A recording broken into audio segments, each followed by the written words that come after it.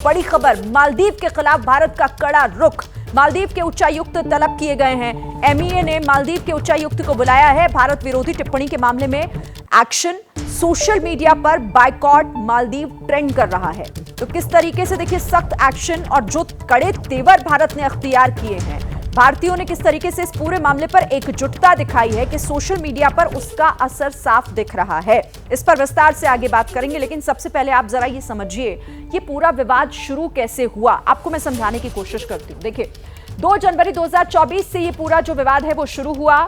किस तरह से प्रधानमंत्री नरेंद्र मोदी ने लक्षद्वीप का जो प्रचार किया, भारत ने किस तरह लड़ताड़ा और उसके बाद वो घुटने पर भी आए। पीएम मोदी लक्षद्वीप के दौरे पर गए हुए थे। मालदीव के 3 मंत्रियों ने इस दौरे को लेकर विवादित टिप्पणी की थी और यहीं से ये पूरा विवाद जो है वो शुरू हो गया, जिसके बाद अब भारत ने जो कड़े तेवर दिखाए, कैसे मालदीव घुटने पर आ गया, ये सभी जानते हैं। इस पर बात करने के लिए आशीष आपके पास आती हूं, क्योंकि देखिए अब ये नया भारत है। भारत के बारे में आप कुछ भी कहेंगे और भारत जाने देगा, ये वो वाला भारत नहीं है। और इस मामले में ये जीता जागता प्रमाण हमने भारत सरकार के कदम से भी देख लिया और भारतीयों की उस एकजुटता से भी।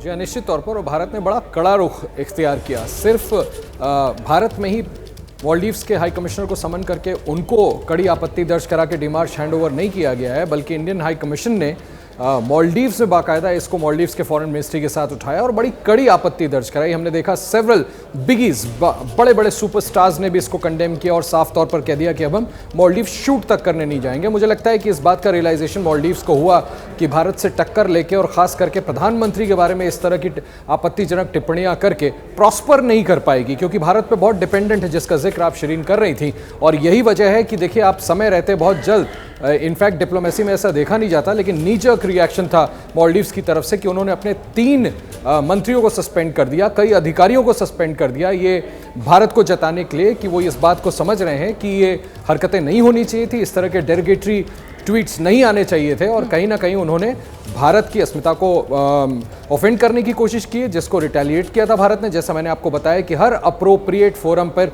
स्ट्रांगली इसको रेज किया गया और इसलिए मालदीव्स ने आखिरकार इस पर अपने कदम वापस खींच लिए। जाहिर तौर पर देखिए उसका असर भी दिख रहा है। आप रहिए आशीष, मैं आपके पास फिर से आऊंगी, इस पर आगे भी हम बात करेंगे। लेकिन प्रधानमंत्री नरेंद्र मोदी की यह आलोचना मालदीव को किस तरीके से महंगी पड़ गई है तो आप देख ही रहे हैं। इसी से जुड़ी हुई एक और बड़ी खबर भी आपको बता देती हूं। ईज माई ट्रिप ने मालदीव को झटका दे दिया है। मालदीव के लिए सभी बुकिंग्स कैंसिल कर दी हैं। मालदीव जाने वाले टूरिस्ट में बहुत बड़ी गिरावट दर्ज की गई है। इस पूरे विवाद के बाद जिस तरह से सोशल मीडिया पर भी हैशटैग बायकॉट मालदीव चल रहा है, ट्रेंड कर रहा है, और अब ईज माई ट्रिप की तरफ से भी झटका सीधे तौर पर मालदीव को दिया गया है। सभी बुकिंग कैंसिल कर दी गई हैं। जो मालदीव जाने वाले टूरिस्ट हैं उनमें भी बहुत बड़ी गिरावट दर्ज की गई है। जो सोशल मीडिया पे चल रहा है, जो हमें बयान सुनने में मिल रहे हैं मालदीव्स के गवर्नमेंट के रिप्रेजेंटेटिव से, उसके तहत हमने डिसाइड किया है कि अब हम आगे से कोई भी मालदीव्स की बुकिंग एक्सेप्ट नहीं करेंगे। हमारे देश में 3 लाख लोग हर साल मालदीव जाते थे, अब वो ईज माई ट्रिप पे ये फैसिलिटी अवेल नहीं कर पाएंगे।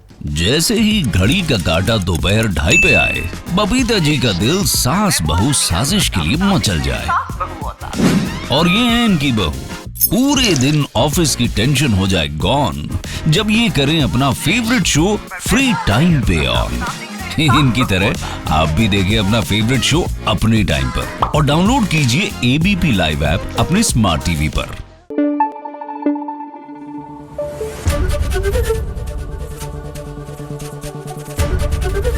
एबीपी न्यूज आपको रखे आगे।